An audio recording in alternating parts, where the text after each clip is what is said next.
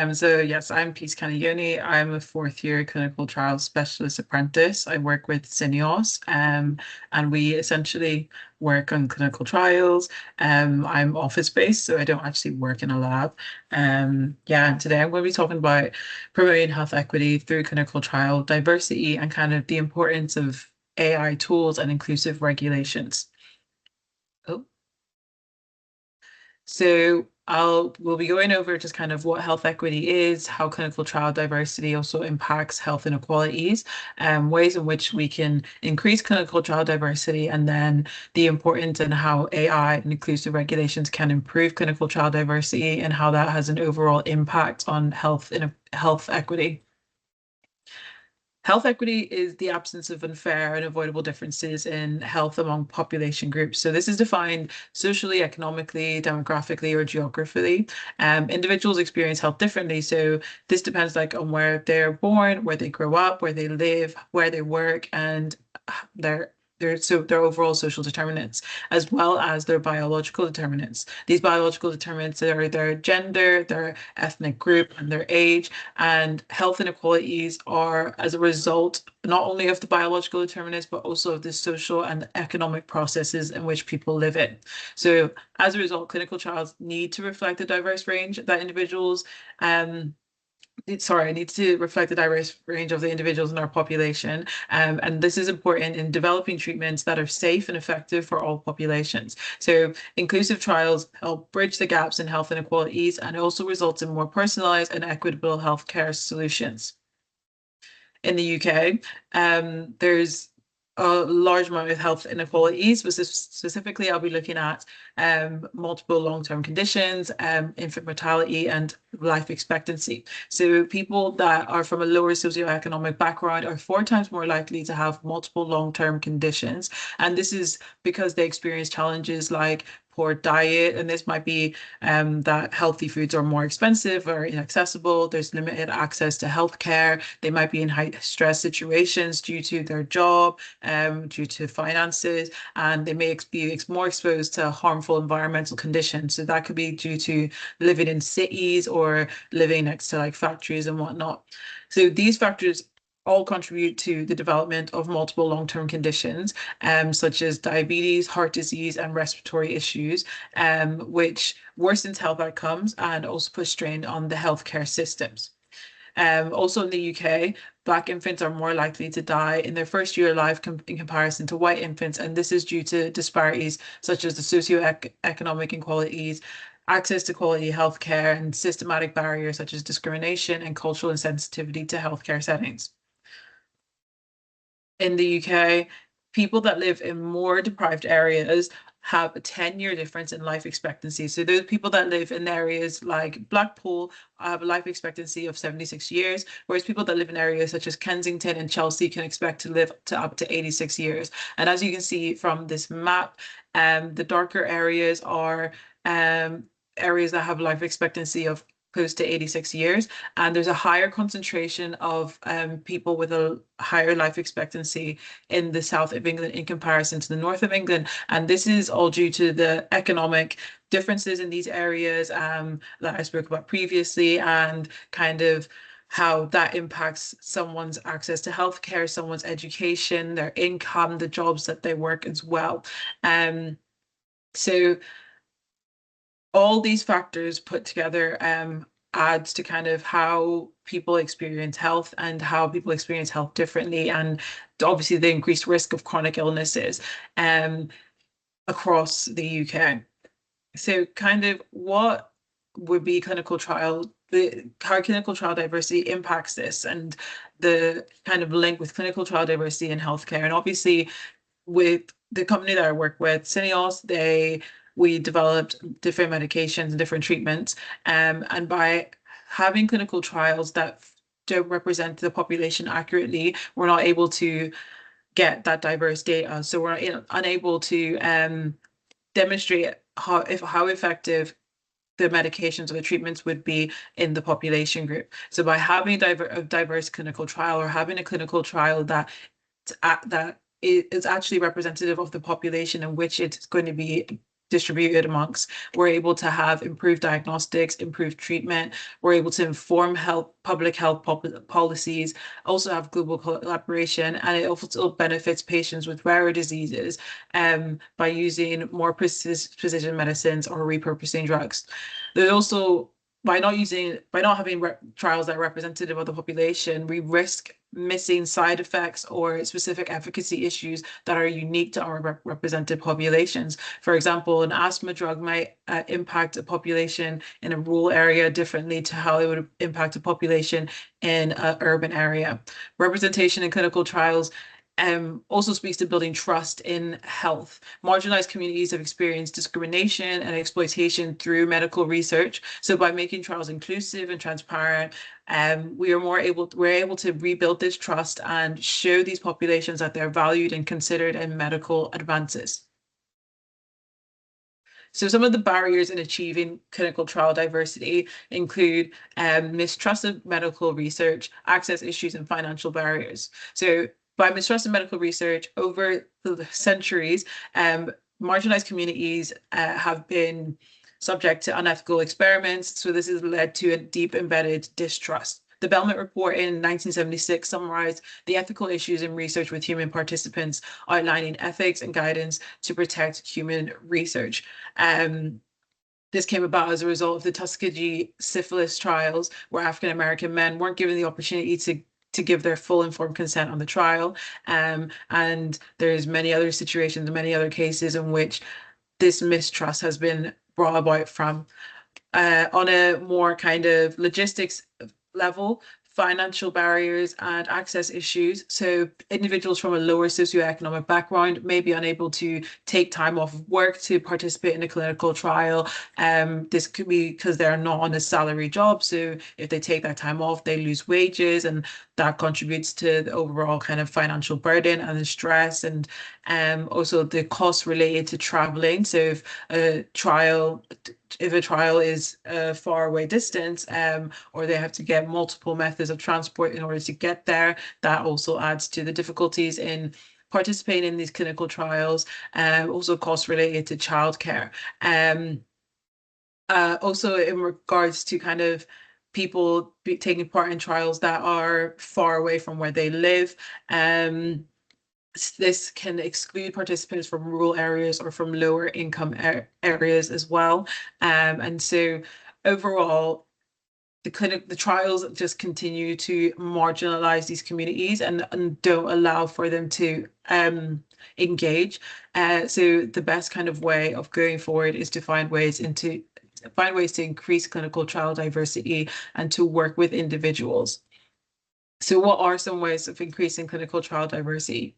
Some of the main ways in which ethnic minorities or religious groups are targeted is by community engagement. So by partnering with community organizations, community leaders, and influencers, sponsor companies are better able to build that trust and raise awareness and encourage participation within these communities in clinical trials. By providing trial staff with cultural sensitive and inclusive training, we're better able to ensure cultural competence and to ensure that materials such as consent forms and informational brochures are easy to understand, and especially when dealing with people where English isn't their first language. So then you're able to break it down. By offering financial support as well, we're able to compensate for individuals from a lower socioeconomic background by providing for their travel, their childcare, and for the time off of work to reduce financial barriers and to ensure that participants from all socioeconomic backgrounds are not excluded. Also, by diversifying research team, it's been found that individuals that kind of see themselves represented in their research team are better able to relate and to interact with the researchers, and these individuals are also better able to answer any concerns that underrepresented participants may have.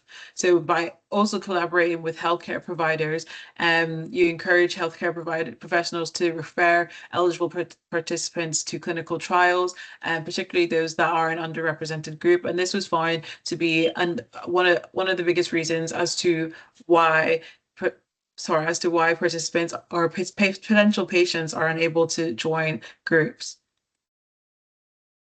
So kind of what is the importance of AI and clinical trial diversity? There's many ways in which AI is able to kind of improve clinical trials and to increase clinical trial diversity. So by using AI algorithms, we're able to develop programs that personalized outreach campaigns that are targeted to our specific audience and to the patient population in which we want to reach out to. And we're also able to develop recruitment tools that specifically look at the patient population in which the trial will be looking at and how to best access them, how to best get in contact with them and for them to come onto the trial. It also is able to, one of the biggest ways in which AI is helping clinical trial diversity is by decentralized trials. And decentralized trials essentially removes having a physical location for clinical trials. So this could be by using real-time monitoring through like different like smartwatches or different apps and different tools, and which that reduces the need for travel, which reduces the need for taking time off of work. It also keeps researchers in contact with patients at all time and gives them live up-to-date monitoring data. And these are just some of the few ways in which AI is better able to improve clinical trial diversity.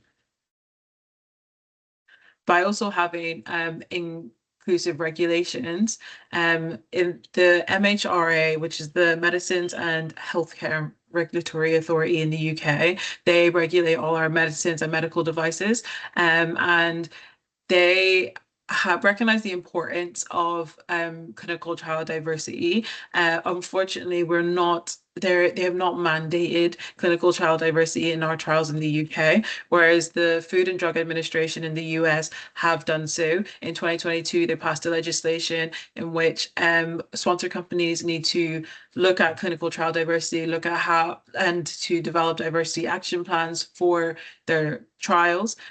So by having these inclusive trials, we're better able to provide for those underrepresented populations, and it doesn't make it like an optional thing, but it makes it more so a requirement. So therefore, leading to better health outcomes for our overall population. And yeah, like I think with what the FDA kind of has done over the last few years is very inspirational, and it's definitely something that hopefully in the next few years the MHRA and the European Medicines Agency also follows suit, as this speaks to underrepresented populations and allows them to know and lets them know that this is not just an issue that is spoken about, but it's also something that is being targeted. Dr. Janet Woodcock, who is the former director of the FDA, said that diverse clinical trials lead to better, safer treatments for everyone.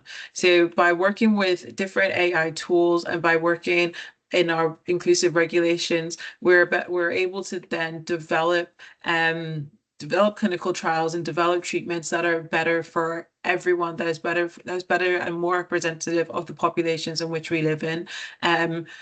Back a couple of decades ago, most of our clinical trials had participants or patients that were white males, and or they were unethical and they were not done with full informed consent. So by being more transparent, by rebuilding trust in marginalized communities, by making it more accessible to enter trials and be a part of clinical trials, we're able to increase health outcomes, to decrease the disparities between different races, between different where people live, and we're better able to have a more equitable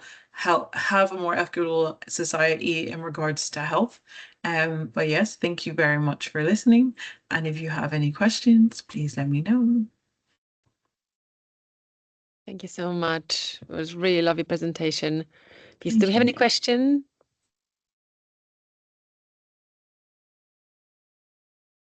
think you raised some very important, sort of current issues in the clinical trials. So do you have any questions? Oh, I can see Angela's got her hand up. Perfect.